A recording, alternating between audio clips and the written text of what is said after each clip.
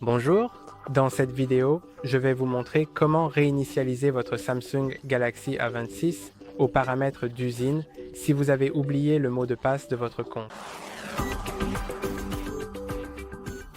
Si vous ne vous souvenez plus de votre mot de passe Samsung ou si vous ne savez plus lequel c'était, vous pouvez le déverrouiller.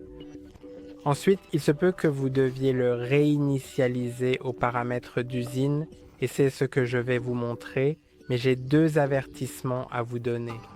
Le premier, c'est que cela effacera toutes les données de votre téléphone, à l'exception de ce qui a été sauvegardé sur vos comptes.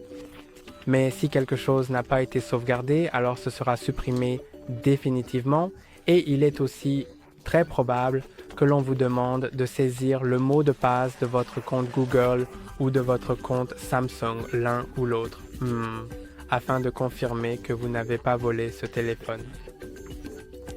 Mais au moins, ces mots de passe pour le compte Samsung ou Google sont récupérables et vous pouvez simplement, si vous ne vous en souvenez plus, les récupérer avec votre numéro de téléphone ou votre adresse email, peu importe. Et le verrouillage de l'écran n'est récupérable que si vous effacez vos données, donc c'est ce que nous allons faire maintenant.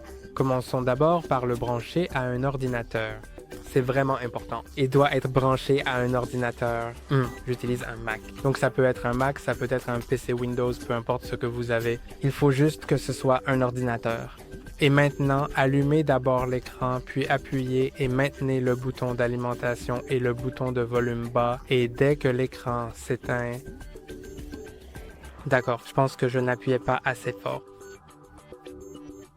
Dès que l'écran s'éteint, il faut déplacer le doigt du bouton volume bas vers volume haut et continuer à maintenir les boutons d'alimentation et de volume haut enfoncés.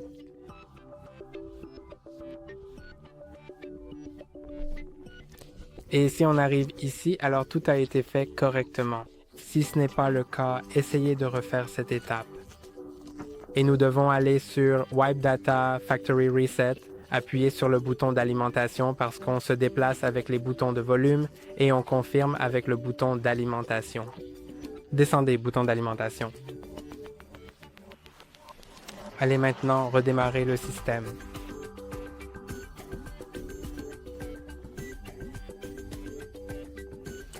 Et il va redémarrer dans le système réinitialisé, donc cela peut prendre un peu plus de temps qu'un redémarrage habituel et après cela, nous devrions pouvoir configurer notre téléphone et il est très probable qu'on nous demande de saisir notre compte Google. Alors attendons cela.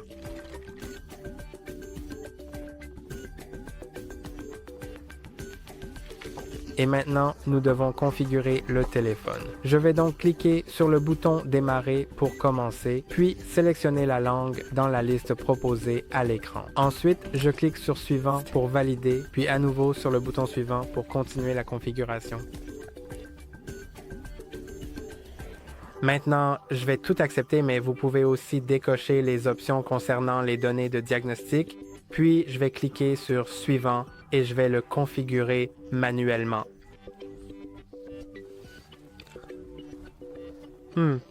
Et voici la notification qui s'affiche après avoir réinitialisé avec la méthode que j'ai montrée. Donc, nous devons d'abord nous connecter au Wi-Fi et c'est obligatoire afin de pouvoir utiliser le téléphone par la suite, car nous devrons nous connecter avec le compte Google dans un instant. Maintenant, je vais passer à l'étape suivante. À ce moment-là, l'appareil vous demande de saisir votre ancien verrouillage d'écran.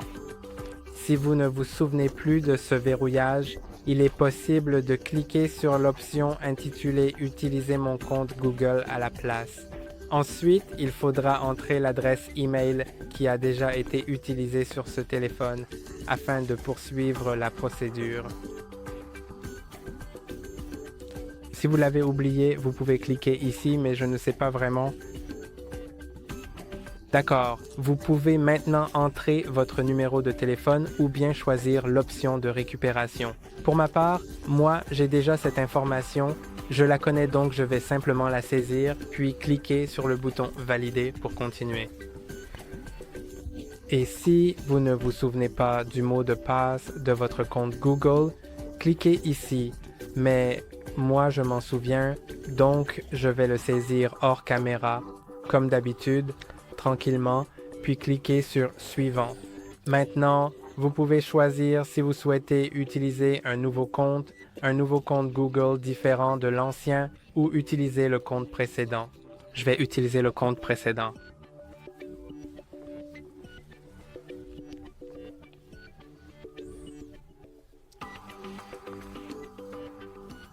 Et maintenant, vous pouvez simplement continuer la configuration, donc je vais cliquer sur Terminer, Copier, puis Suivant. Je vais tout passer et c'est tout pour aujourd'hui. N'oubliez pas de liker et de vous abonner. À la prochaine.